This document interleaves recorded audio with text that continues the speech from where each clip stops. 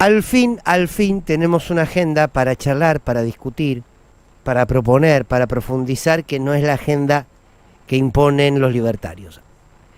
Y digo al fin porque la veníamos pidiendo hace mucho tiempo, con razón, me parece que ustedes también, en el sentir, en el hartazgo de que estemos hablando permanentemente de Milei, empezaban a notar como cierto cansancio por la política, porque siempre son los mismos nombres. Muchas veces dijimos, bueno, ¿qué pasa? Que cuando no, si del otro lado no se juegan, si del otro lado no mueven las piezas, y siempre vamos a hablar de la pieza que mueve, qué sé yo. Y Milei movía la pieza, para cualquier lado, diciendo barbaridades, pero la movía. Bueno, desde que el gobierno nacional anunció que va a terminar con el impuesto a las ganancias y solamente cerca de 80.000, 90.000 hombres y mujeres van a pagar ese impuesto y el resto ya no, empezaron otra catarata de medidas que se van a venir. Unas las van a anunciar hoy a la tarde, ya se las podemos adelantar. Algo adelantó ayer el Gato Silvestre en su programa en C5N, en Minuto 1, que tenía que ver con el IVA, que tenía que ver con que se deje de pagar IVA en alimentos a algunos sectores, y esto se los adelanto. Se anunció que el IVA se iba a descontar, se iba a quitar, pero va a ser para algunos sectores. Quiero decir, la medida del IVA es muy buena, porque vos dejás de pagar el 21% de determinados productos, sobre todo alimentos. Y uno decía, bueno, pero no es una medida que vaya a equilibrar la balanza. Quiero decir, va a dejar de pagar el IVA, qué sé yo, Roca, de igual manera que lo deja de pagar una familia en un barrio humilde de la provincia de Buenos Aires. Hasta ayer uno tenía la información que parecía que iba a ser todo igual. Bueno, no. Los Roca no van a estar exentos de pagar IVA. Y esto me parece, hoy lo va a detallar el ministro de Economía, hoy lo va a explicar, pero me parece a priori interesante. Hoy también seguramente se va a hablar de políticas para la asignación universal, para la tarjeta alimentar, para monotributistas y para trabajadores y trabajadoras que cobran menos de 700.000 pesos por mes. También va a haber medidas, como va a haber una medida muy fuerte en relación al salario, que va de alguna manera a tratar de darle pelea a esta inflación que seguramente va a superar los 2 dígitos. Cuento todo esto porque es lo que seguramente hoy se va a estar anunciando a partir de las 7 de la tarde, pero ahora, más allá de las medidas, quiero decir, esta es una lógica de ofensiva política. Y aquí quiero detenerme. En la ofensiva política. En dejar de estar siempre a la defensiva y siempre estar defendiéndonos de las barbaridades que dice Milei, Bullrich, algún medio en particular. Y un gobierno con decisión, un gobierno con impronta, que toma medidas que no solamente benefician al conjunto de los argentinos, sino que además desconcierta a la oposición.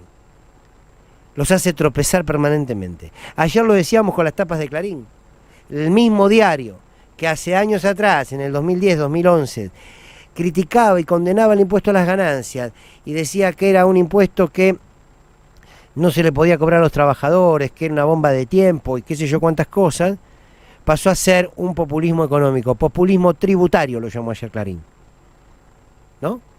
Bien, empiezan a tropezar como borrachos en una esquina, se empujan unos a otros, porque hace 48 horas salió Cristian Ritondo y dijo: deje de hablar, ministro, y mande la ley de impuesto a las ganancias al Congreso, que se la votamos enseguida. Bueno, hoy llegó. Vamos a ver qué hace Ritondo. Entonces ya salió en su tuit a decir, bueno, no, pero no va a ser tan así, bueno, no está tan bien. Esper salió a condenarlo, cuando meses atrás estaba diciendo que era una de las medidas más fáciles de tomar, terminar con el impuesto a las ganancias. Entonces, esta política de ofensiva en términos de decisiones económicas y de ofensiva también en términos de discusión política, es oxígeno. Está muy bien lo que ha hecho Massa en tomar estas medidas, aunque lo acusen que son medidas electoralistas. No importa si lo son o no lo son, no es la discusión. Nadie nos puede correr por ese lado. La discusión es que hoy los jubilados, esto me olvidé de decir, hoy los jubilados van a tener una buena noticia. Claro, en el contexto electoral se dice son maniobras electorales, y en lo concreto es que la medida llega igual. Y aparte digo, ¿qué posibilidad tiene o qué desventaja tiene quien se postula a un cargo al mismo tiempo que está gobernando? ¿Por qué? Porque vos sos ministro de Economía y además sos candidato, y haces propuestas y haces promesas de campaña. Y la oposición con mucha facilidad te dice, bueno, en vez de prometerlas, hacelas ahora. Entonces siempre te gana la primera mano en la partida, siempre. Porque te dice, si lo prometes, ¿por qué no lo haces ahora? Entonces, eso a veces te juega en contra. Entonces, si la oposición te tira con eso, cuando prometes algo que no haces, y cuando lo haces te dicen que es electoralista, y bueno, entonces muchachos, hagan lo que hagan, hablarán mal de ti. Dice el dicho y de esto se trata. Las medidas están bien y la política ofensiva está bien. Y además, la agenda. Discutamos las políticas en serio. Discutamos un impuesto como el IVA. Discutamos los impuestos. Discutamos la política tributaria en nuestro país. Eso es discutir política. No es discutir lo que dicen los zócalos de televisión. Entonces me parece que se abre un escenario interesante, muy interesante, que Sergio Massa está construyendo como ministro de Economía y como candidato. Y me pregunto, para terminar, ¿esta es o no es el peor momento económico de nuestro país? Este mes, sí, claro que sí.